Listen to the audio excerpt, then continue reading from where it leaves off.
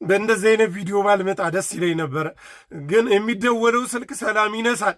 በማህተባቸው ኦርቶዶክሳዊ በመሆናቸው ነው የሚገደሉት። እመነኝ፣ ዛሬ ብዙ ተከታይ ኖሮ ዛሬ የኢትዮጵያ ኦርቶዶክስ ተዋህዶ አማኝ ነህ ብለህ እዚህ ሶሻል ሚዲያ ላይ እየተቅረጸረስ ስለ አርሲ ኦርቶዶክሳውያን መሞት ዝም ያልክ ጉድህን ስማ። ወይ ምን አልሽኝ?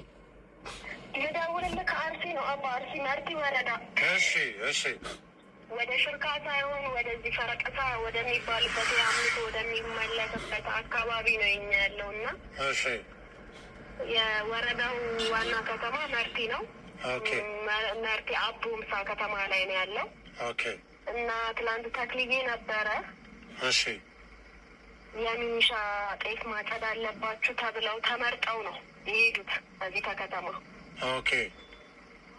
እና ኦርቶዶክስ ክርስቲያን ናቸው። 6 ሰው በጥይት ተደብድቦ ሞቷል። የመሬቱ ባለቤትም ኦርቶዶክስ ክርስቲያን ነው። ከና ሚስቱ ከና ልጁ ጎረምሳ ልጅ አለው ይዘውት ሄደዋል። እና ሬሳ አስክሬን እንኳን ሆስፒታል ናቸው ሄደው ከዚህ በላይ በቁም መሞት የለም። ባለማህተብ ስለሆንክ ማህተብ ስላደረግ ኦርቶዶክሳዊ ስለሆንክ ተመርጠህ ለስራ በሚል ሰበብ ተወስደህ ትገደላለህ። እመነኝ፣ ዛሬ ድምፅህን አሰማ። ዛሬ ተቃውም። የክርስቲያኖች ሞት ይቁም፣ ኦርቶዶክሳውያን መታረዳቸው ይቁም በል። ግዴለህም ነገ ዋጋ እንዳከፍል